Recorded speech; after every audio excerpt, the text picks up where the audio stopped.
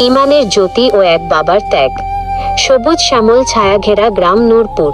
সেই গ্রামের এক জীর্ণ কুটিরে বাস করতেন আব্দুল করিম।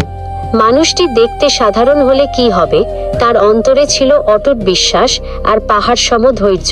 সারাদিন রোদে পুড়ে মাঠে কাজ করতেন, আর রাত হলে তার সুমধুর কণ্ঠে মসজিদের মিনার থেকে ভেসে আসত আজানের ধ্বনি। পিতার স্বপ্ন ও প্রার্থনা। আব্দুল করিমের একমাত্র চোখের মণি ছিল তার ছেলে রাশেদ। নুন আনতে পান্তা ফুরোনোর সংসার হলেও ছেলের পড়াশোনার ব্যাপারে তিনি ছিলেন আপোষহীন। নিজে আধপেটা খেয়েও তিনি রাশেদের হাতে কলম তুলে দিয়েছিলেন। প্রতি ভোরে জায়নামাজে বসে তিনি অশ্রুসিক্ত চোখে স্রষ্টার কাছে মিনতি করতেন, মাবুদ, আমার ছেলেকে তুমি দিনের পথে রেখো, ওকে একজন নেক মানুষ হিসেবে গড়ে তোলো। বিপদের মেঘ ও ধৈর্যের পরীক্ষা। হঠাৎ একদিন বিপদের কালো মেঘ ঘনিয়ে এল। বাজারের কাজ করতে গিয়ে আব্দুল করিম মারাত্মক অসুস্থ হয়ে বিছানায় পড়ে গেলেন। ঘরে খাবারের অভাব দেখা দিল।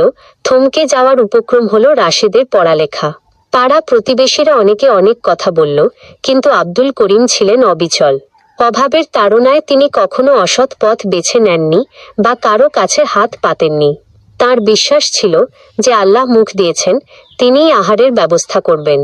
অন্ধকারে আলোর রেখা। বাবার এই নীরব লড়াই রাশেদকে অনেক বড় করে তুলল। সে কেবল বইয়ের পাতায় নয়, বাস্তব জীবনেও পরিশ্রমী হয়ে উঠল। বাবার অসুস্থতার সময় সে পড়াশোনার ফাঁকে ফাঁকে কাজ শুরু করল। এরই মাঝে একদিন নূরপুর গ্রামে খুশির বার্তা এল। মাদ্রাসার প্রধান হুজুর নিজে এসে খবর দিলেন, রাশেদ পরীক্ষায় অসাধারণ ফল করেছে এবং তার জন্য বিশাল এক বৃত্তি মঞ্জুর হয়েছে। কৃতজ্ঞতার শেষোদা।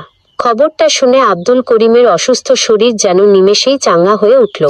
আনন্দের অশ্রু মুছতে মুছতে তিনি সেজদায় লুটিয়ে পড়লেন। তার কম্পিত কণ্ঠে উচ্চারিত হল, আলহামদুলিল্লাহ, হে আমার রব, কষ্টের পর যে সুখ আসে, আজ তুমি তা প্রমাণ করে দিলে।